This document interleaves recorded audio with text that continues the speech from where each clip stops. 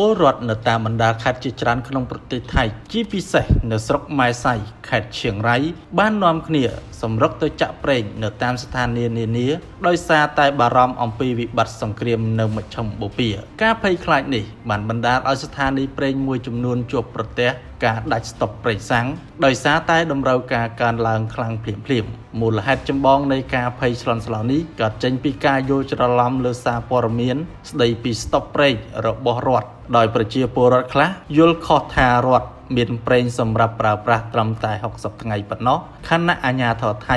បញ្ជាក់ជាថ្មីថាមានស្តុបប្រេងជាធម្មតាអាជ្ញាធរធម្មពលថៃបានចេញសេចក្តីជូនដំណឹងជាបន្ទាន់ដើម្បីទប់ស្កាត់ការកេងចំណេញនិងការស្តុបប្រេងខុសច្បាប់មន្ត្រីជំនាញបានអំពាវនាវប្រជាជនឲ្យបញ្ឈប់ការទិញប្រេងហួសកម្រិតដោយបញ្ជាក់ថាអាជ្ញាធរកំពុងឃ្លាំមើលស្ថានភាពនេះ